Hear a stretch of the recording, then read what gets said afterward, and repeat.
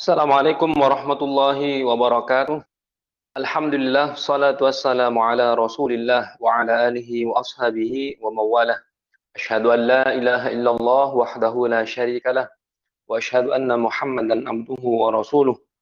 Allahumma salli ala sayyidina Muhammad wa ala alihi wa ashabihi ajma'in, amma ba'du. Alhamdulillah, pagi hari ini dengan izin Allah, kita dipertemukan kembali dalam yang Allah, suasana yang penuh dengan keberkahan di hari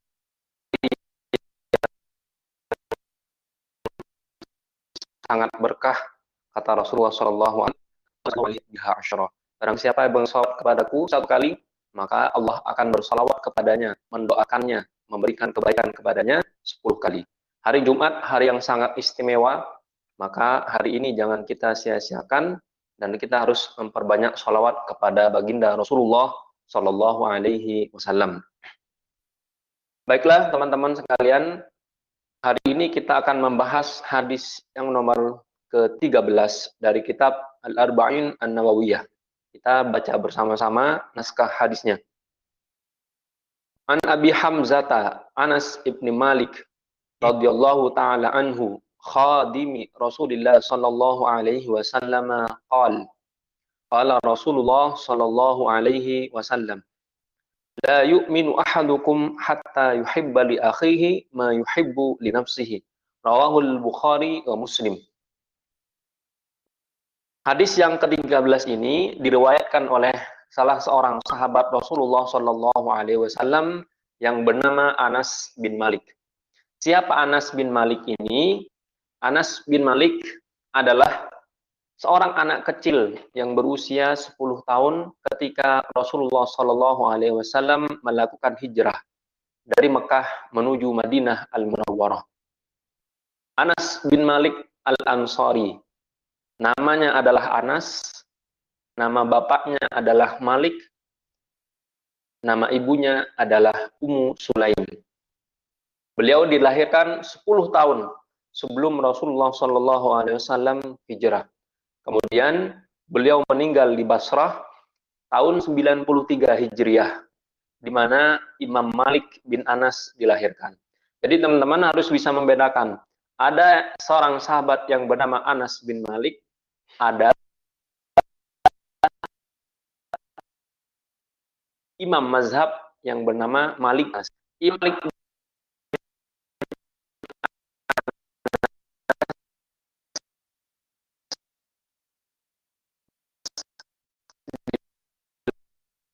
dilahirkan tahun ke-93 Hijriah yang dari Imam Hanafi. Imam Hanafi meninggal tahun 150 Hijriah. Di tahun itu lahirlah seorang imam yang bernama Imam Asy-Syafi'i.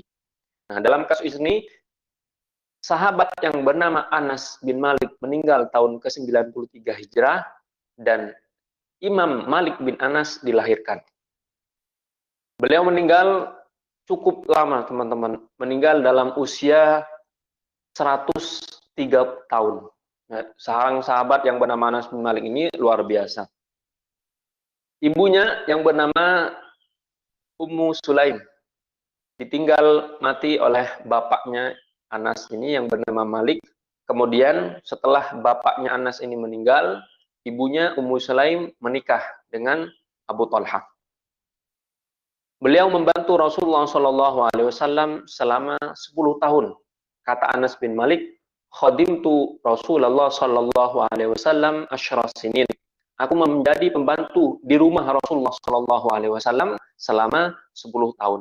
Tentu menjadi pembantu di rumah Rasulullah SAW menjadi sebuah kebanggaan bagi seorang anak kecil yang bernama Anas bin Malik. Dengan ini beliau meriwayatkan hadis yang paling banyak dari kalangan Al-Ansar.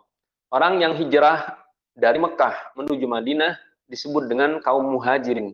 Sementara orang yang menerima kaum Al-Muhajirin di Madinah disebut dengan Al-Ansar. Kemudian Rasulullah SAW mempersaudarakan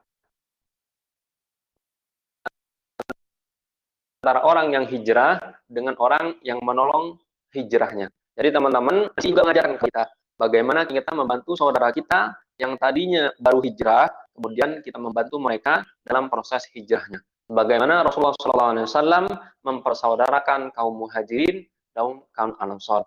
Dari kaum muhajirin, sahabat yang meriwayatkan hadis paling banyak adalah Abu Hurairah. Abu Hurairah kemarin kita sudah bahas hadisnya. Beliau meriwayatkan hadis dari Rasulullah SAW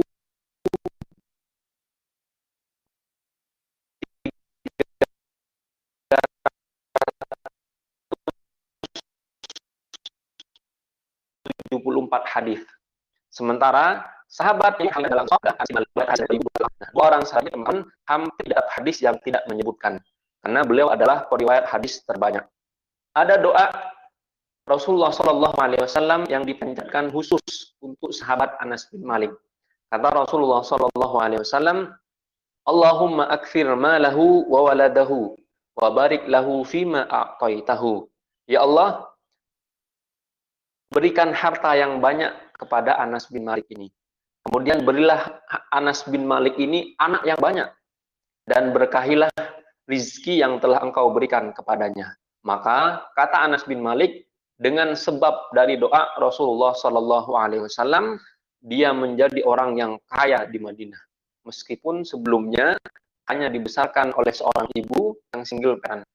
Ummu Sulaim begitu meninggal suaminya yang bernama Malik, belum menikah.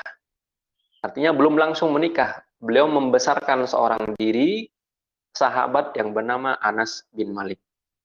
Sampai Anas bin Malik berkata, Wallahi inna mali lakathir, wa inna waladi wa walada waladi la yu'adduna al-yawm ala nahwil mi'ah. Kata Anas bin Malik, dengan sebab dari doa Rasulullah SAW, yang semula dia orang yang, mohon maaf, tidak punya apa-apa, tidak memiliki harta yang banyak, tapi karena doa dari Rasulullah SAW, kata Anas bin Malik, harta saya menjadi banyak. Dan anak saya juga menjadi banyak. Dan kalau dihitung, kata Anas bin Malik, anak saya dan anak dari anak-anak saya, artinya cucu-cucunya, kalau dihitung sekarang, jumlahnya lebih dari 100. Maka ada riwayat yang menyebutkan bahwa Anas bin Malik ini punya anak dan cucu berjumlah 129 orang. Jadi luar biasa teman-teman, karena doa dari Rasulullah SAW yang semula tidak punya apa-apa, kemudian diberikan keberkahan dalam hartanya, banyak hartanya. Banyak harta-harta yang ditinggalkan oleh Anas bin Malik ketika beliau sudah meninggal. Anaknya juga banyak. Dalam riwayat disebutkan anaknya berjumlah 129 tahun dengan cucu-cucunya. Jadi teman-teman, inilah berkah doa dari Rasulullah Shallallahu Alaihi Wasallam. Nah, kemudian kita lanjut kepada pembahasan hadisnya. Kata Rasulullah Shallallahu Alaihi Wasallam, la yu'minu ahadukum hatta yuhibba li akhihi ma yuhibbu li nafsihi. Tidak beriman kalian sebelum kalian bisa mencintai apa yang dicintai oleh saudara-saudara kalian. Artinya apa? Di sini bukan nafyul iman. Kita tidak mengkafirkan seseorang karena dia tidak mampu mencintai apa yang dicintai saudaranya. Tidak. Tapi di hadis ini disebutkan, la yu'minu ahadukum, artinya tidak sempurna iman kalian. Nafyu kamalil iman, kata ulama. Tidak sempurna iman kalian sebelum kalian bisa mencintai sesuatu yang dicintai oleh saudara-saudara kalian. Contoh, teman kita dalam kondisi yang susah. Seharusnya dalam kondisi seperti ini, kita tidak boleh senang. Karena kita harus mencintai apa kondisi yang dialami oleh saudara kita. Kalau kondisi saudara kita sedang susah, tentu kita sebagai seorang muslim, kita juga merasa susah. Ini juga kita pernah bahas dalam hadis sebelumnya. Bahwa kondisi seseorang harus bisa kita rasakan dalam persaudaraan Islam. Jadi kalau teman-teman ngelihat orang susah, kita juga ikut susah. Kalau imannya sempurna. Kalau imannya tidak sempurna, maka apapun kondisi yang dirasakan oleh saudara-saudara kita, baik dia susah, dia kelaparan, dia kesulitan finansial, kita tidak akan peduli. Karena apa? karena iman kita belum sempurna. Kalau iman kita sudah sempurna, kita pasti merasakan sesuatu yang dirasakan oleh saudara Islam kita. Saudara Islam kita dibantai di Myanmar, dibantai di Palestina, di Irak, dan sebagainya, pasti kita merasakan sesuatu yang sedih. Tapi kalau iman kita tidak ada, tidak beriman kepada hari kiamat, tidak beriman kepada qada dan qadar, maka kesedihan itu tidak akan muncul, teman-teman. Nah, itulah yang kita rasakan sekarang. Kenapa orang-orang yang sekarang kesusahan, justru tidak ada orang yang memikirkan. Kemudian di sini ada riwayat yang menyebutkan, la yazni zani hina yazni wa huwa mu'min. Tidaklah seseorang itu berzina, dalam dia berzina, dia merupakan seorang mukmin. Artinya, tidak mengkafirkan orang yang melakukan maksiat. Orang bisa saja berzina, orang bisa saja makan riba, orang bisa saja melakukan perbuatan dosa besar dan sebagainya. Kata Rasulullah, kalau orang yang melakukan dosa besar ini tidak langsung kita kafirkan, teman-teman. La yu'minu di sini artinya tidak sempurna iman kalian kalau kalian melakukan dosa besar itu. Orang yang sempurna imannya dengan izin Allah, dia tidak akan pernah melakukan dosa besar itu. Kenapa dosa besar itu terjadi? Karena kurangnya iman, karena tidak sempurnanya iman yang ada dalam hatinya. Jadi kata Rasulullah Shallallahu Alaihi Wasallam, suatu ketika ditanya seorang sahabat, "Atuhibbul jannah? Apakah kamu suka kalau kamu masuk surga?" Kata Rasulullah Shallallahu Alaihi Wasallam kepada sahabat ini. Kemudian Rasulullah melanjutkan, "Fa'ahibba li akhika ma tuhibbu li nafsik." Hadis riwayat Imam Ahmad. Kalau kamu mau masuk surga, maka kamu harus bisa merasakan apa yang dirasakan oleh saudara kamu. Kalau saudara kamu senang, kamu harus ikut senang. Kalau saudara kamu susah, kamu harus ikut susah. Artinya apa, teman-teman? Inilah yang disebut dengan persaudaraan dalam Islam. Dulu orang-orang, para sahabat, para tabi'in, para atba'ut tabi'in tidak pernah merasakan kebahagiaan kalau saudaranya sedang susah. Maka kata Rasulullah SAW, kalau kamu masak sop, maka perbanyaklah kuahnya. Agar apa? Agar kuahnya bisa kita kirimkan kepada tetangga kita, saudara-saudara kita. Tentu yang dikirim bukan cuma kuahnya, teman-teman, tapi ada sopnya, ada dagingnya, kemudian ada sayurnya dan sebagainya. Jangan cuma kirim kuahnya doang, orang nggak mau. Dulu orang-orang seperti itu. Mereka lebih mengutamakan saudara dalam Islam daripada harta benda. Bahkan Abdullah bin Umar, anak dari Umar bin Khattab, rawi dari hadis sebelumnya, berkata, "Kunna fi zamanin la ya'rifu ahadun minna fadla dirhamin ala akhihi. Wa nahnu fi zamanin dirhamur rajul a'azzu min akhihi wa abihi." Kata Abdullah bin Umar, dulu di zaman saya tidak ada seorang pun yang bisa mengutamakan antara persaudaraan Islam dengan harta. Artinya apa? Harta saya, harta saudara kamu. Harta kamu juga harta saya. Itu dulu, Pak. Dulu orang-orang punya keyakinan seperti itu. Kalau ada orang susah, ada uang di kantong, langsung dikasih. Kalau ada orang belum makan, kita punya makanan di rumah, langsung diantarkan. Karena dulu mereka tidak bisa mengutamakan uang di atas persaudaraan Islam. Tapi sekarang, kata Abdullah bin Umar, wa nahnu fi zamanin. Sekarang kita berada di mana harta seseorang lebih berharga dari saudaranya, lebih berharga dari bapaknya. Maka banyak kasus terakhir ini, bahkan sudah bertahun-tahun, ada seorang anak menuntut bapaknya karena masalah warisan. Ada saudara sampai membunuh saudaranya karena urusan harta. Ada seorang teman membunuh temannya karena urusan hutang piutang. Ini yang disebut dengan la yu'minu ahadukum, tidak sempurna iman kalian sampai kalian bisa merasakan apa yang dirasakan oleh saudara muslim kalian. Nah, teman-teman, kenapa seseorang itu bisa merasakan seperti itu? Karena tebalnya iman.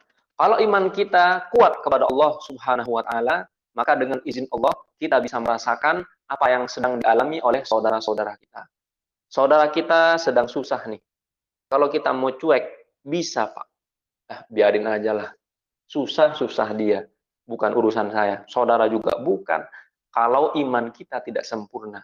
Kalau iman kita sempurna, pasti ada yang saya tidak enak. Kalau saudara kita susah, teman-teman baru hijrah, finansialnya belum stabil, tentu kita akan jadi kepikiran, Pak, gimana caranya bisa bantu mereka. Bahkan dulu para tabi'in, orang-orang soleh berkata, ketika ada saudaranya sedang susah, Pak, kemudian dia tahu saudaranya susah, dia merasa bersalah. Kenapa saudara saya susah, saya nggak tahu. Nah, ini bedanya dengan kita sekarang. Kalau kita, mohon maaf, orang susah, kita nggak mau tahu, Pak. Dulu orang-orang soleh, ketika saudaranya susah, dia merasa bersalah. Kenapa saudara saya susah, saya nggak tahu. Saudara saya susah, saya nggak bisa membantu. Ini yang dirasakan kalau imannya kuat. Begitu juga dengan Rasulullah Shallallahu Alaihi Wasallam. Dengan kuatnya iman yang dimiliki oleh Rasulullah Shallallahu Alaihi Wasallam, merasa susah, sedih, gelisah kalau umatnya tidak masuk dalam surga Allah Subhanahu Wa Taala. Itulah kenapa Rasulullah Shallallahu Alaihi Wasallam pernah bersabda, saya sungguh menginginkan bercita kalau seandainya separuh dari penghuni surga itu adalah umat saya. Padahal Rasulullah Shallallahu Alaihi Wasallam adalah nabi terakhir yang diutus oleh Allah sebelum hari kiamat terjadi. Tapi Rasulullah Shallallahu Alaihi Wasallam pernah berdoa, Pak, menginginkan separuh penghuni surga itu adalah umat dari Rasulullah Shallallahu Alaihi Wasallam. Maka kita teman-teman sebagai umat dari Rasulullah Shallallahu Alaihi Wasallam seharusnya kita memperbanyak sholawat kepada Rasulullah Shallallahu Alaihi Wasallam. Karena di antara fadilah sholawat, keutamaan dari sholawat itu, kata Rasulullah Shallallahu Alaihi Wasallam, ada 3. Orang yang bersolawat kepadaku, pertama, Allah akan membalasnya dengan 10 kebaikan. Yang kedua, Allah akan menghapus darinya 10 dosa. Dan yang ketiga, dengan 1 sholawat saja, Allah mengangkat derajatnya 10 derajat. Maka 1 sholawat bisa mendapatkan 3 kebaikan. Dihapus 10 dari dosa kita, diangkat 10 derajat kita, dan dibalas 10 kali doa. Apa arti doa dari Allah? Yaitu keberkahan dalam kehidupan kita, taufik dalam ibadah kita, mudah jalan kita untuk ibadah, dan sulit bagi kita untuk melakukan perbuatan maksiat. Ini salah satu dari fadilah sholawat kepada Rasulullah Shallallahu Alaihi Wasallam. Kemudian teman-teman, kenapa di sini disebutkan dengan iman? Karena dengan iman, seseorang itu hatinya jadi peka, Pak. Kalau kita evaluasi iman kita sebelum hari ini, setahun, 2 tahun, 10 tahun sebelum hari ini, kira-kira kadar iman kita seperti apa, Pak? Dulu Ustaz, sebelum saya hijrah, misalnya, saudara kelaparan, gak peduli, Pak. Saudara ada masalah, gak peduli. Saudara tidak beribadah, gak peduli. Saudara transaksi riba, tidak peduli. Karena apa? Karena imannya lemah. Orang kalau imannya lemah, teman-teman, tidak peduli dengan saudaranya. Maka dengan iman yang kuat dari Rasulullah Shallallahu Alaihi Wasallam, maka menjadikan beliau sangat peduli dengan para sahabatnya. Para sahabat dengan iman yang mereka miliki, mereka sangat peduli dengan saudara-saudaranya. Nah, ini teman-teman hadis yang kita bahas hari ini. Jika ada tambahan atau pertanyaan dari teman-teman tentang masalah iman dan dosa besar, iman dan al-kabair, kami persilahkan.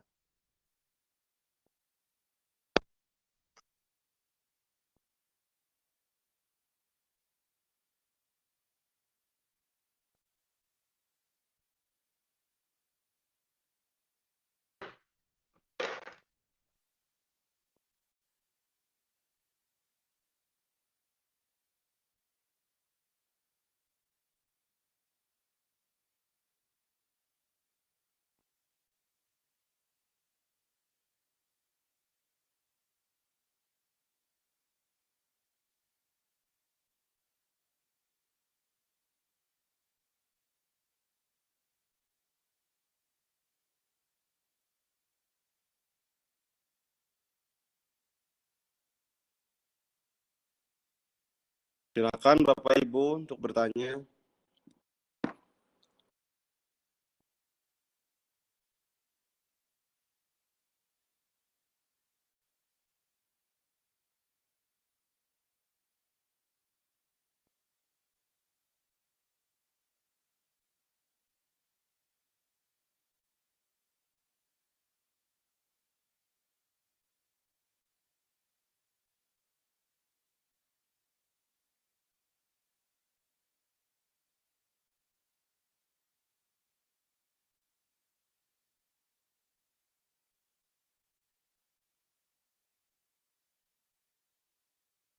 Silakan Pak Bambang. Assalamualaikum warahmatullahi wabarakatuh, Ustaz. Waalaikumsalam warahmatullahi wabarakatuh. Nungguin kok nggak ada yang tanya, saya tanyalah Ustaz ya. Iya berarti belum sempurnalah iman seseorang kalau kita tidak peduli ke saudara kita. Kayaknya hari ini iman itu pada khususnya di Indonesia ketika hidup dalam dunia kapitalis itu produk atau satu hal yang nggak populer ya Tat ya. Kalau populer mestinya kan negara ini yang nggak perlu ngutang, ketika dikasih masukan mestinya negara ini terima kasih, nggak hari gini orang sedang sedih malah ngomong pindah ibu kota. Ini berarti kan iman ini satu hal dalam keadaan kritis. Yang ada yang dipikirkan hanyalah nafsi-nafsi urusannya masing-masing. Semoga saudara-saudara kita yang di MTR ini dengan bergabungnya di kajian ini maupun di kegiatan lainnya, baik di korda masing-masing, menjadikan iman sebagai perekat, iman sebagai pembangkit, semangat kembali, sehingga suatu saat tegaknya kembali, seperti yang Rasul janjikan bahwa agar ada tegak turun kedua akan tegak kembali seperti zaman Rasulullah. Mudah-mudahan benar pernyataan saya, Tat ya. Mohon pencerahannya, Tat. Alhamdulillah, terima kasih Pak Bambang. Pertama, teman-teman, harus kita yakini bahwa iman itu yazid wa yanqus. Iman itu berkurang, iman itu bisa bertambah. Kata ulama, iman itu bertambah karena banyaknya ketaatan, berkurang karena banyaknya kemaksiatan. Orang semakin beriman, bertambah amal ibadahnya. Semakin bertambah amal ibadahnya, naik level imannya. Orang yang sedikit amal ibadahnya, banyak perbuatan maksiatnya, maka semakin berkurang imannya. Maka sampai Rasulullah SAW menyatakan, kalau ada seseorang tidak mau melaksanakan sholat Jumat 2 kali, 3 kali berturut-turut, maka Allah akan menutupkan iman dalam kalbunya. Nah, dari riwayat ini bisa kita ambil kesimpulan, kalau perbuatan maksiat, dosa-dosa besar sering kita lakukan, itu yang akan menutup iman kita. Jadi perbuatan maksiat ini menutup kadar iman. Jadi kalau maksiatnya besar, tingkat sensitivitas kita kepada saudara-saudara kita berkurang. Artinya kita tidak bisa merasakan apa yang dirasakan oleh saudara-saudara kita. Akhirnya yang terjadi, semua kebijakan yang kita ambil, perbuatan yang kita lakukan, semua keputusan itu hanya pertimbangannya bagaimana kita senang saja. Masalah orang lain senang, orang lain tidak suka, itu bukan urusan saya. Kalau imannya tidak ada. Nah, jadi iman ini bisa bertambah, bisa berkurang. Kenapa orang misal nih, sampai tidak mau sholat, sampai orang memakan riba, sampai orang menumpuk kekayaan hanya untuk kesenangan sementara, karena imannya lemah. Kalau imannya kuat, apa yang disebut dengan iman ini? Dalam masalah dunia, yang dimaksud dengan iman yang kuat, dia tidak memprioritaskan dunia dengan akhirat. Dia beriman sepenuhnya bahwa akhirat itu ada, dan akhirat itu akan kita alami. Orang-orang yang tidak beriman kepada kehidupan akhirat, dia menganggap bahwa dunia ini kekal selamanya, dan akhirat itu hanyalah sebuah fata morgana. Semakin kita beriman kepada akhirat, maka semakin kecil semua urusan dunia ini, Pak. Orang punya masalah di dunia, dia tidak merasa berat. Karena apa? Imannya kuat. Semakin kuat iman seseorang, semakin kuat dia dalam menghadapi semua yang Allah hadirkan ke dalam kehidupannya.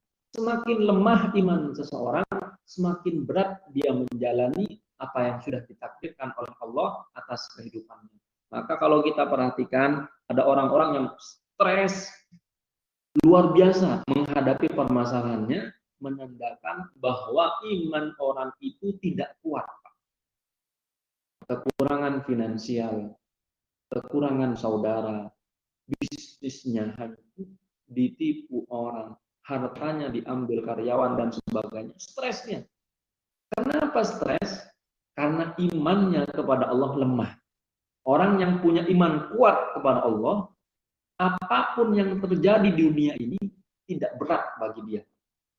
Kenapa? Dia yakin sepenuhnya bahwa semua yang dia alami hari ini, sebelum hari ini, dan hari yang akan datang adalah takdir, adalah sesuatu yang sudah digariskan atas hidupnya dari Allah Subhanahu wa Ta'ala. Enteng, Pak, menjalani hidup ini kalau imannya kuat. Nah, orang yang imannya lemah, ada masalah dikit aja, curhat di media sosial. Semua orang tahu masalahnya, padahal masalahnya kecil. Orang yang punya iman yang kuat, masalah sebesar apapun, tetap dia yakin pasti ada solusi yang akan dihadirkan oleh Allah. Kapan solusi itu datang? Kalau sudah Allah merasa orang ini pantas mendapatkan solusi. Kenapa solusi saya belum datang, Ustaz? Saya sudah berdoa, saya sudah sedekah, saya sudah berusaha, tapi Allah belum juga menjawab doa-doa saya. Karena Allah melihat kita belum pantas menerima solusi itu. Kenapa belum pantas? Mungkin ada perbuatan maksiat yang kita lakukan sembunyi-sembunyi. Kemarin kita sudah bahas bahwa maksiat itu ternyata bisa menghalangi terkabulnya doa yang kita panjatkan kepada Allah Subhanahu wa Ta'ala. Kata Rasulullah SAW, semakin kuat iman seseorang, semakin besar masalah yang akan dia hadapi. Begitu ditanya, ya Rasulullah, siapakah manusia yang paling banyak mendapatkan cobaan? Kata Rasulullah, para nabi. Para nabi cobaannya luar biasa, berat. Tidak mungkin orang biasa menerima cobaan seperti cobaan yang diberikan Allah kepada para nabi. Semakin kuat iman kita, semakin banyak cobaan dalam dunia ini. Kenapa kita diberikan cobaan? Untuk menguatkan iman. Kenapa cobaan orang beriman jauh lebih besar daripada orang yang tidak beriman? Orang yang tidak beriman, Pak, urusannya hanya di dunia. Kata Rasulullah SAW, sesungguhnya Allah itu memberikan harta kepada orang yang dia cintai dan kepada orang yang tidak dia cintai. Jadi kalau teman-teman melihat ada orang yang tidak beriman, hartanya banyak, mobilnya mewah, rumahnya luas, asetnya luar biasa. Kenapa diberikan Allah? Kata Rasulullah SAW, Allah itu ngasih harta kepada orang yang tidak beriman dan kepada orang yang beriman. Kepada orang yang dicintai dan kepada orang yang tidak dicintai. Jadi teman-teman yang diberikan harta lebih banyak dari teman kita yang lain, jangan merasa kita langsung dicintai oleh Allah. Belum tentu, Pak. Karena kecintaan Allah kepada hambanya tidak diukur dari banyaknya materi yang diberikan Allah kepada kita di dunia. Kecintaan Allah kepada kita diukur nanti di akhirat. Orang yang masuk surga itulah yang mendapatkan iman yang sempurna, bisa merasakan cintanya kepada Allah, kepada Rasulullah SAW. Nah, orang yang diberikan harta banyak, kemudian dia merasa, saya diberikan harta yang banyak sama Allah di dunia. Kemudian dia merasa paling sempurna hidupnya. Tidak. Qarun, hartanya banyak, luar biasa. Raja Namrud diberikan kekuasaan yang luar biasa. Fir'aun diberikan kekayaan, diberikan kekuasaan yang luar biasa. Tapi dengan kekayaan dan kekuasaan yang diberikan oleh Allah kepada mereka, bukan berarti Allah cinta kepada mereka. Sebaliknya, orang yang diberikan harta sedikit di dunia, mungkin bermasalah finansialnya, mungkin serba kekurangan, bisa jadi adalah orang itu yang paling dicintai oleh Allah Subhanahu wa Ta'ala. Ini yang pertama terkait dengan iman dan perasaan. Kemudian terkait dengan kebijakan pemerintah, mari kita sama-sama doakan pemerintah kita. Tentu kondisi ini sangat sulit bagi pemerintah. Kata Rasulullah SAW, "Idza aradta an tansuha li sultanin fala yubdihi alaniyatan walakin ya'khudhu bi yadihi fa yaslu bihi wa in qubila wa illa faqad adda ma kana alaih. Kalau kita ingin memberikan nasihat kepada pemerintah, kepada orang yang memiliki kekuasaan, maka kita tidak boleh menasihatinya di depan umum. Misal kita kritik pemerintah di media sosial, kita kritik di Facebook, di Instagram dan sebagainya, sebaiknya tidak kita lakukan. Kita doakan pemerintah kita, adapun kritikan yang mungkin tidak sesuai dengan apa yang kita pikirkan, pertimbangan pemerintah pasti lebih besar daripada pertimbangan kita. Kita doakan, karena menjadi pemerintah itu tanggung jawabnya besar, dunia akhirat. Maka orang-orang yang tidak dipilih oleh Allah menjadi pemerintah, bersyukurlah, karena kita tidak dibebankan tanggung jawab yang besar kelak di hadapan Allah Subhanahu wa Ta'ala. Umar bin Khattab pernah menangis, Pak. Karena apa? Umar bin Khattab, kalau ada satu orang dari rakyatku yang merasakan kelaparan, itu sudah cukup bagiku untuk menjadikan Allah kelak murka di hari kiamat. Satu orang, warganya lapar, Pak, sudah menjadikan Umar bin Khattab menangis. Bagaimana kalau ada 1000 orang kelaparan, 100.000 orang kelaparan, bahkan jutaan orang tidak memiliki penghasilan? Maka itu tentu menjadi tanggung jawab yang besar bagi pemerintah kita. Ini yang bisa kita jawab. Terima kasih Pak Bambang. Assalamualaikum Ustadz. Waalaikumsalam warahmatullahi wabarakatuh. Iya, terkait dengan pemerintah yang Ustadz contohkan tadi kan di pemerintah dengan yang di pemerintahan Islam. Tapi dalam posisi sekarang adalah pemerintahan demokrasi. Jadi apakah memang di pemerintahan demokrasi ini kita tidak boleh melakukan dalam artian masukan kepada pemerintah gitu, atau kritikan, karena di dalam kritikan tidak mungkin melakukan secara langsung. Yang bisa dilakukan masukan-masukan itu adalah melalui media sosial. Apakah itu tidak diperbolehkan? Masih tetap tidak diperbolehkan. Ustaz.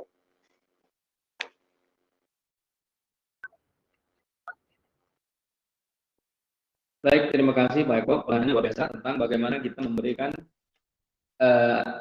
aspirasi kepada pemerintah yang menganut sistem pemerintahan demokrasi. Dalam konteks ini, dalam demokrasi, sebagai rakyat memang diperbolehkan untuk menyampaikan aspirasinya dengan cara-cara yang diperbolehkan. Yang tidak diperbolehkan itu kalau kita memberikan aspirasi kepada pemerintah dengan cara yang tidak diperbolehkan. Kita boleh saja menyampaikan pendapat kita, diperbolehkan.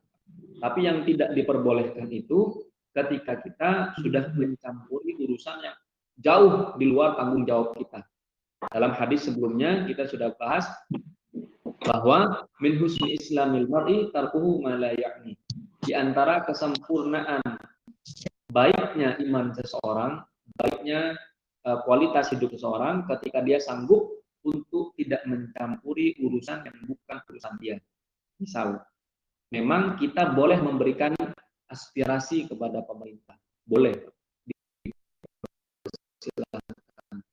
Cuma konteks kita sebagai apa? Kalau kita sebagai seorang politikus, kita mengerti dunia politik, dipersilahkan, Pak. Kalau memang itu bidang kita. Yang tidak diperbolehkan adalah ketika kita seorang rakyat biasa, tidak paham dunia politik, tidak paham dunia ekonomi, tidak paham dunia bisnis dan sebagainya, kemudian memberikan masukan kepada pemerintah di luar dengan kapasitas ilmu yang kita kuasai, itu yang tidak boleh. Karena kata Rasulullah SAW, "Idza wusidal amru ala ghairi ahlihi fantadhiris sa'ah." Kalau sebuah urusan itu diserahkan kepada yang bukan ahlinya, ahli kita apa? Dagang, bisnis, berniaga. Kita fokus di situ, Pak. Jangan ngurus urusan politik. Baiklah, kita boleh memberikan aspirasi, tapi tujuan dan niat kita harus betul. Niatnya ikhlas karena Allah Subhanahu wa Ta'ala ingin memperbaiki kualitas, memperbaiki semua keadaan dalam negeri itu. Kalau niatnya baik, insya Allah diberikan pahala oleh Allah. Tapi kalau niat kita, mohon maaf, dalam mengkritik pemerintah, hanya meluapkan kekesalan emosi kita, Karena pendapat pemerintah berbeda dengan pendapat kita, sudah cukup bagi malaikat untuk mencatatnya sebagai sebuah dosa. Jadi kalau kita kritik pemerintah dengan tujuan hanya ingin meluapkan emosi, menumpahkan kekesalan yang kita alami, kita dosa. Karena kita mengkritik hanya untuk melampiaskan emosi. Kesal sama pemerintah. Kenapa sih pemerintah begini? Kan harusnya begini. Nah, kita ngasih aspirasi itu kan kesel, bukan karena ingin memperbaiki. Kemudian sebelum kita mengkritik, ada baiknya kita mendoakan pemerintah terlebih dahulu. Karena dengan guru-guru yang pernah menyampaikan hal ini, saya diajarkan pertama kita mendoakan pemerintah dulu. Kalau kita sudah mendoakan pemerintah, ikhlas karena Allah Subhanahu wa taala, kita doakan pemerintah, tahajud, kita doakan pemerintah agar diberikan kemudahan dalam mengambil keputusan. Ketika sholat duha, kita doakan pemerintah. Setiap saat kita doakan pemerintah. Nah, kalau ini sudah kita lakukan, Pak, silahkan mengkritik. Tapi, apakah kita pernah mendoakan pemerintah? Pernah nggak kita doakan pemerintah? Ya Allah, semoga Bapak Presiden, Bapak Wakil Presiden, para pejabat yang ada di negeri ini diberikan hidayah oleh Allah, diberikan kesehatan oleh Allah. Apakah pernah itu kita lakukan? Kalau itu pernah kita lakukan, maka silahkan memberikan aspirasi kepada pemerintah. Tapi kalau kita mengkritik pemerintah, hanya kesel, maka itu bukan sebuah kritik. Itu bukan tujuannya kebaikan. Itu hanya lampiasan dari emosi yang ada di hati kita. Wallahu a'lam. Terima kasih Pak Eko. Terima kasih Ustaz. Assalamualaikum Ustaz. Waalaikumsalam warahmatullahi wabarakatuh. Saya mau bertanya nih Ustaz, menyambung mengenai keimanan Ustaz. Itu kalau kita lihat di Al-Ankabut ayat 2, firman Allah, apakah manusia itu mengira bahwa mereka dibiarkan saja mengatakan kami telah beriman, sedang mereka tidak diuji lagi.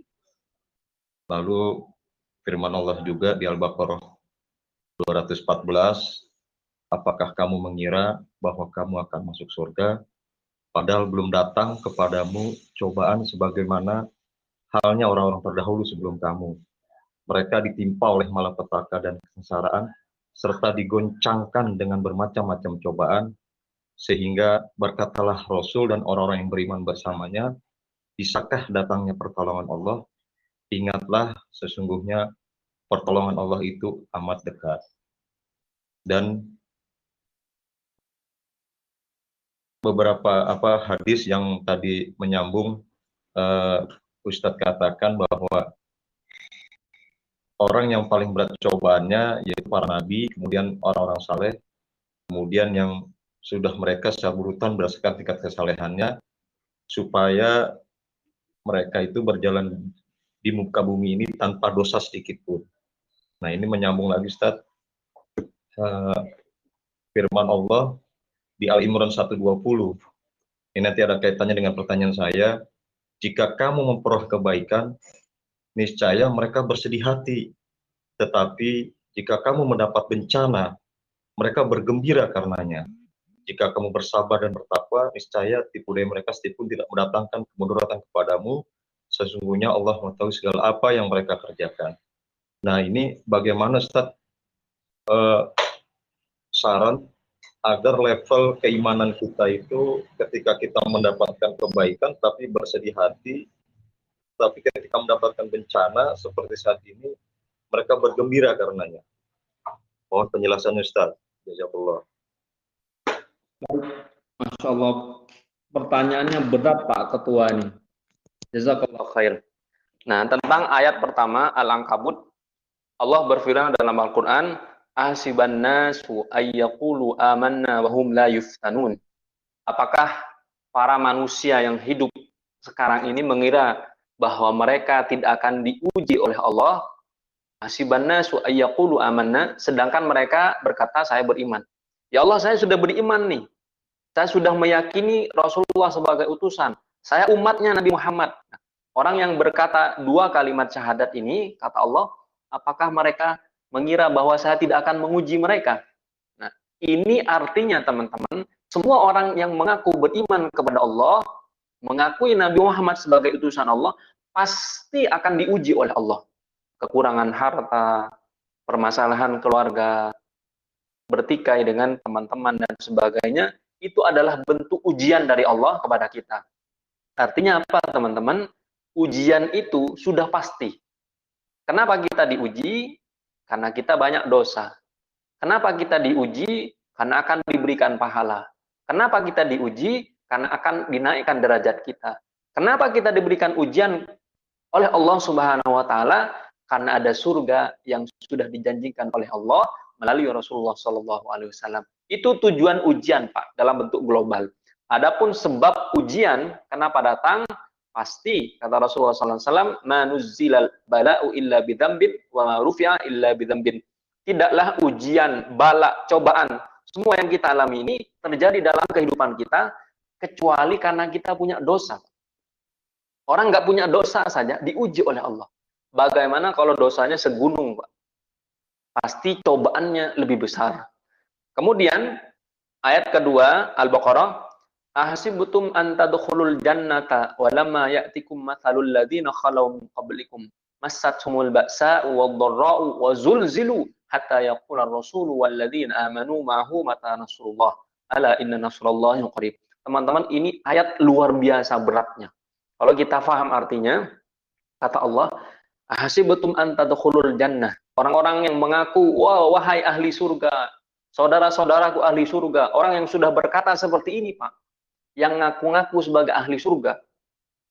Ahsibtum an tadkhulul jannah, kata Allah, apakah kamu mengira kamu pasti masuk surga? Walamma ya'tikum mathalul ladzina khalau min qablikum. Sedangkan kalian belum merasakan cobaan, ujian yang diberikan oleh Allah kepada umat-umat sebelum kalian. Apa cobaan sebelum dari kita? Massathumul ba'sa. Mereka diuji oleh Allah dengan ujian yang berat. Wad-dharra, kesempitan, kekurangan uang, bisnisnya hancur, usahanya ditipu orang, usaha yang sudah puluhan tahun ternyata dengan seorang penipu saja bisa bangkrut karena Allah sudah takdirkan bangkrut. Jadi ujian ini teman-teman pasti kita alami. Tidak ada seorang pun yang beriman yang tidak diuji oleh Allah Subhanahu wa taala. Massathumul ba'sa wad-dharra wa zulzilu. Ini yang paling berat, teman-teman. Orang-orang yang sudah hijrah masuk ke dalam komunitas MTR, masyarakat tanpa riba. Kemudian dia mengira setelah hijrah masalahnya beres. Enggak, Bos. Orang mengira ketika kita sudah hijrah meninggalkan riba, kemudian utangnya lunas. Wa zulzilu, kata Allah Subhanahu wa taala. Akan digoncang iman kita ini, Pak. Hatta yaqulal rasul, sampai Nabi dan para sahabat juga bertanya, "Ya Allah, kapan nih pertolongan Engkau turun?" Hatta yaqulal rasul walladzina amanu ma'ahu mata nasrullah. Kapan ya Allah? Kapan ya Allah solusinya? Kapan semua permasalahan ini bisa selesai? Itu Nabi, Pak. Nabi dan para sahabat juga bertanya-tanya, kok lama nih solusinya? Kita sudah doa, Pak, sudah hijrah bertahun-tahun, sudah berdakwah bertahun-tahun. Masalah kita belum kelar-kelar. Kenapa? Karena Allah ingin tahu seberapa besar keyakinan kita kepada Allah Subhanahu wa zulzilu, digoncang, Pak. Digoncang apa? Yang semula kita tenang, kehidupan kita tak ada masalah. Begitu kita hijrah meninggalkan yang haram, justru masalah itu dihadirkan oleh Allah Subhanahu wa taala. Semakin kuat iman kita kepada Allah, semakin banyak masalahnya, Pak. Jangan pernah mengira kalau kita sudah hijrah gak ada masalah. Bukan. Jangan pernah mengira ketika kita sudah meninggalkan yang haram, kemudian Allah menyingkirkan semua masalah kita. Semakin kuat iman kita, semakin banyak masalah yang diberikan Allah kepada kita.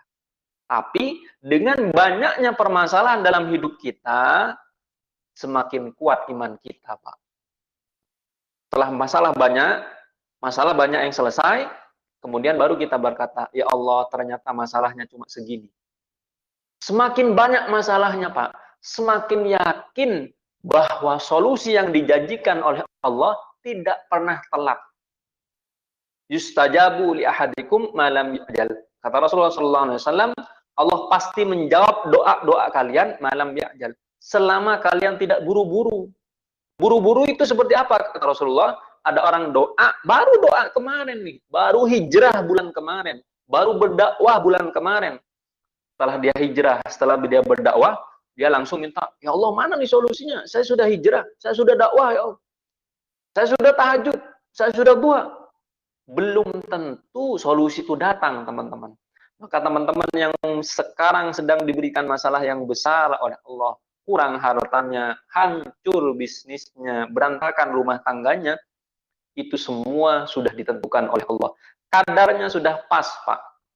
Tidak mungkin Allah itu memberikan cobaan di atas level iman seseorang. Kalau level imannya 5, maka ujiannya 4. Tidak mungkin level imannya 5, cobaannya 10. Tidak mungkin. Maka semakin kuat iman kita, teman-teman, semakin besar cobaan yang akan kita hadapi ke depan. Maka jangan pernah dikira bahwa Rasulullah SAW dan para sahabat tidak memiliki cobaan. Cobaan mereka lebih besar. Suatu ketika ada seorang sahabat bertanya kepada Rasulullah SAW, ya Rasulullah, man asyaddun nasi balaan. Wahai Rasulullah, siapa manusia yang cobaannya paling besar? Kata Rasulullah, al-anbiya, thummal amthal, thummal amthal. Orang yang diberikan cobaan oleh Allah adalah para nabi. Kemudian yang semisalnya, yang semisalnya, yang semisalnya. Artinya, level keimanan nabi yang paling tinggi, setelah itu para sahabat, para tabiin, kemudian orang-orang soleh yang mengikuti nabi, yang mengikuti para sahabat. Maka teman-teman yang punya cobaan luar biasa, nikmati. Karena apa? Karena cobaan yang besar itu untuk menghapus dosa-dosa besar kita. Ustaz, saya nggak punya dosa, bohong. Tidak ada orang yang tidak memiliki dosa kecuali Rasulullah SAW. Benar Ustaz, saya nggak pernah maksiat, bohong. Pasti pernah bermaksiat, baik dilakukan secara sembunyi-sembunyi di dalam sebuah kamar, di luar kota, di luar negeri, ataupun dilakukan di depan orang banyak. Nah, dosa yang ingin Allah hapus ini teman-teman, maka dihadirkan cobaan kepada hidup kita. Kalau kita selesai menghadapi cobaan itu, terhapuslah dosa-dosa itu selama kita bersabar dan tidak mengeluh. Orang yang diberikan cobaan, dia tidak bersabar, tidak mengeluh, tidak bersabar, dan selalu mengeluh, maka tidak akan ada pahala yang diberikan oleh Allah kepada orang yang diberikan cobaan tadi. Maka pertanyaan dari Pak Ketua tadi memang betul. Orang yang cobaannya paling besar adalah para nabi. Orang yang berikan cobaan oleh Allah paling besar adalah para rasul. Kenapa kita sebagai umat berani mengeluh, Pak? Saya pribadi mohon maaf, tidak bermaksud untuk menggurui. Tapi banyak saudara-saudara kita ini yang baru hijrah mengeluhkan kondisinya sekarang. Ustaz, saya kok begini, Ustaz? Saya kan sudah hijrah. Itu kan baru hijrah. Dulu sebelum hijrah ngapain? Iya sih Ustaz, saya sebelum hijrah dulu nggak pernah sholat subuh. Kan sholat subuhnya jam 7. Sholat zuhurnya 2:30. Sholat asarnya sudah mau azan maghrib. Nah, itu dosa, teman-teman. Dosa yang kita lakukan di masa lalu ingin dihapuskan oleh Allah di masa yang akan datang, agar apa? Agar tanggung jawab kita di akhirat tidak berat, Pak. Maka bersyukurlah. Kata Rasulullah SAW, orang yang diinginkan kebaikannya oleh Allah akan diberikan taufik untuk bertaubat sebelum dia mati, Pak. Jadi teman-teman yang sekarang diberikan hidayah oleh Allah, bersyukur kepada Allah. Karena tidak semua orang diberikan hidayah. Paman dari Rasulullah SAW, Abu Thalib, siapa yang mendakwahi pamannya? Siapa yang mendakwahi Abu Thalib? Nabi, Pak. Siapa yang mendakwahi kita? Oh, mungkin cuma ustadz, mungkin cuma teman kita yang mengajak kita untuk meninggalkan riba. Ini yang mendakwahi Abu Thalib, Rasulullah SAW sendiri, manusia yang paling sempurna, bahkan dengan cara yang paling sempurna, dengan pendekatan persuasif, dengan emosional, bahkan dengan semua cara sudah pernah Rasulullah lakukan agar pamannya yang bernama Abu Thalib ini beriman kepada Allah. Namun dengan segala upaya yang sudah Rasulullah SAW lakukan, ternyata belum menjadikan Abu Thalib ini beriman kepada Rasulullah SAW. Abu Thalib berkata, laqad alimtu anna dina Muhammadin min khairi adyanil bariyati dina laulal masabbata aw hadara masabbatin la ra'aitani samhan bidzalika mubina. Kata Abu Thalib, paman dari Rasulullah SAW, saya tahu wahai Muhammad bahwa agama kamu ini adalah agama yang paling lurus di antara agama-agama orang lain. Laulal masabbata, kalau seandainya saya tidak takut diledekin oleh kaum saya, au hadara masabbatin, takut dihina oleh orang-orang, la ra'aitani samhan bidzalika mubina, pasti saya akan lapang dada menerima agama yang kamu ajarkan kepada saya. Jadi teman-teman, pelajaran dari dakwahnya Abu Thalib, ternyata meskipun kita sudah berdakwah teman-teman, belum tentu orang yang kita dakwahi bisa beriman kepada apa yang kita dakwahkan. Belum tentu terima teman-teman. Maka kita harus bersabar dalam berdakwah, karena Rasulullah sendiri tidak pernah diberikan otoritas oleh Allah untuk memberikan hidayah, Pak. Kalau diberikan otoritas untuk hidayah, pasti pamannya masuk Islam. Tapi dalam hal ini, yang didakwahi belum tentu menerima dakwah kita. Nah, semakin sulit, Pak, kita berdakwah, semakin banyak pahala yang akan diberikan oleh Allah kepada kita. Semakin banyak pahalanya, Pak, semakin banyak dosa yang berguguran di masa lalu kita. Dosa riba, dosa, mohon maaf, mungkin ada yang pernah berzina, dosa, mohon maaf, yang pernah minum khamr, dosa, mohon maaf, ada yang pernah menipu orang lain, dan sebagainya. Nah, dosa-dosa itu ingin dihapus oleh Allah. Karena ingin dihapus oleh Allah, maka dihadirkan cobaan. Teman-teman harus yakin, tidak ada suatu kejadian yang terjadi dalam kehidupan kita, kecuali atas izin dari Allah Subhanahu wa Ta'ala. Virus corona, kalau Allah bilang tidak ada corona, tidak pernah ada virus corona. Kenapa ada virus corona? Karena Allah yang mengizinkan itu terjadi. Kekurangan finansial dalam kehidupan kita tidak akan pernah terjadi, Pak, kalau Allah bilang tidak terjadi. Kenapa kekurangan finansial, kekurangan uang, kekurangan materi terjadi dalam kehidupan kita? Karena Allah izinkan itu terjadi. Kehilangan saudara, kehilangan partner bisnis, kehilangan rekan kerja, ditipu orang, ditipu teman sendiri, tidak akan pernah terjadi kalau Allah tidak mengizinkan. Kenapa Allah mengizinkan hal-hal yang tidak baik terjadi ke dalam kehidupan kita?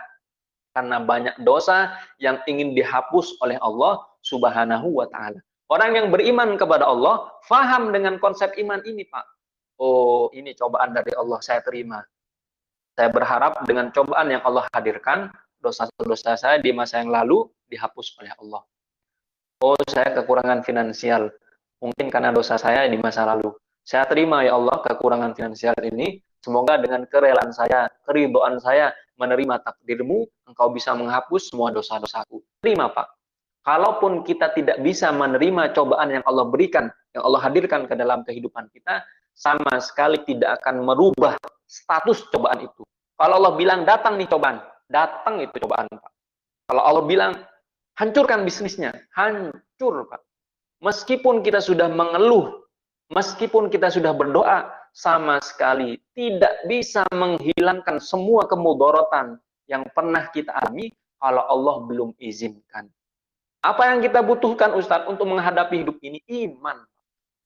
Iman kepada Allah, iman kepada Rasulullah SAW. Iman kepada Allah ditingkatkan, Pak. Dengan apa? Memperbanyak perbuatan ibadah, mengurangi perbuatan maksiat. Semakin banyak ibadah, semakin bertambah imannya. Semakin banyak maksiat, semakin berkurang imannya. Maka orang yang banyak maksiat tidak tertarik dengan kegiatan agama karena imannya lemah. Teman-teman, iman kepada Rasulullah seperti apa? Iman kepada Rasulullah juga ditingkatkan.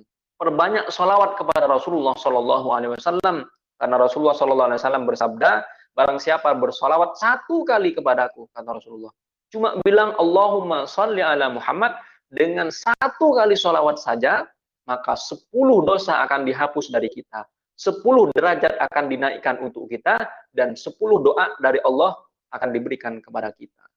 Hanya dengan satu sholawat. Dulu para sahabat, Pak, imannya besar kepada Rasulullah SAW. Maka para sahabat mencintai Rasulullah seperti beliau mencintai diri mereka sendiri. Bahkan para sahabat mencintai Rasulullah lebih besar dari cintanya kepada diri mereka sendiri. Imam Malik bin Anas pernah berkata, Imam Malik bin Anas, Yang kita bahas adalah sahabat Anas bin Malik, meninggal tahun ke-93 Hijrah. Di tahun ke-9 Hijrah, tahun ke-93 Hijriah, ketika sahabat Anas bin Malik meninggal, lahirlah Malik bin Anas, imam mazhab. Imam Malik bin Anas pernah berkata, "Ma bittu lailan illa wa ra'aitu Rasulullah sallallahu alaihi wasallam." Tidak pernah aku terlelap semalam pun, tidak pernah aku tertidur satu malam pun, kecuali di malam itu aku bermimpi melihat Rasulullah sallallahu alaihi wasallam. Setiap malam, Pak. Puluhan tahun itu dialami oleh Imam Malik bin Anas. Kenapa beliau bisa bermimpi Rasulullah sallallahu alaihi wasallam setiap malam dalam tidurnya? Karena iman beliau kepada Rasulullah sangat kuat. Kalau iman kita kepada ulama kuat, kita akan dihadiri dalam mimpi kita oleh ulama. Contoh sederhana, teman-teman. Kita melihat cuplikan video ustadz tertentu. Kita suka dengan ustadz tertentu. Kita sering nonton videonya, sering hadiri kajiannya. Insya Allah, dengan izin Allah, kita sering memimpikan ustadz itu. Kita mimpi ketemu ustadz ini. Kita bertemu ulama ini, dan sebagainya. Bahkan dalam keadaan nyata pun, dalam kehidupan yang real, kita dipertemukan oleh Allah dengan ustadz itu, tentu dengan izin Allah. Begitu juga dengan para sahabat dan para tabi'in dan para atba'ut tabi'in. Kenapa mereka bisa bermimpi bertemu Rasulullah SAW setiap malam dalam tidurnya? Karena beliau memiliki iman yang kuat, kecintaan yang besar kepada Rasulullah SAW. Ini yang bisa kita sampaikan, teman-teman, hari ini. Semoga kajian hari ini memberikan kelebihan iman kepada kita, meningkatkan ketakwaan kita kepada Allah Subhanahu wa Ta'ala. Teman-teman harus yakin bahwa semua yang kita alami sudah ditakdirkan oleh Allah Subhanahu wa Ta'ala. Semua yang kita alami hari ini adalah bentuk kecintaan dari Allah Subhanahu wa Ta'ala untuk mengampuni semua dosa-dosa kita, untuk mengangkat derajat kita di masa yang akan datang. Tujuan kita bukan hidup selamanya di dunia. Tujuan kita, begitu kita sudah meninggalkan dunia yang fana ini, kita memiliki kehidupan yang lebih luas, lebih abadi, yaitu kehidupan akhirat yang insya Allah dengan izin Allah, dengan syafaat dari Rasulullah SAW adalah surga yang sudah dijanjikan oleh Allah dalam Al-Quran, adalah surga yang akan diberikan oleh Allah dalam Al-Quran, dalam hadis Rasulullah SAW. Terima kasih teman-teman atas segala perhatian. Mohon maaf apabila ada kata-kata yang tidak berkenan. Kita tutup dengan doa kafaratul majlis. Subhanakallahumma wa bihamdika asyhadu an la ilaha illa anta astaghfiruka wa atubu ilaik. Sallallahu ala sayyidina Muhammad. Wassalamualaikum warahmatullahi wabarakatuh. Waalaikumsalam.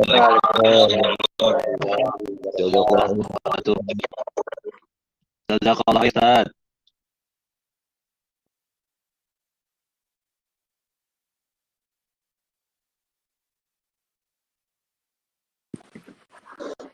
Pak Sabandi, apa kabar?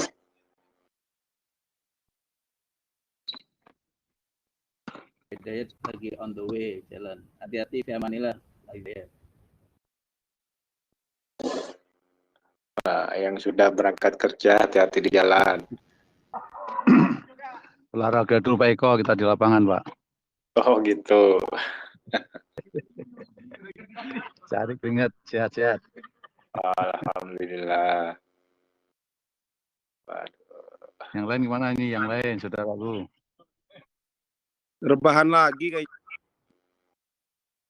Pak Irul, olahraga Pak Irul. Siap. Pak Irul, Pak nyari. Main tenis dulu Pak.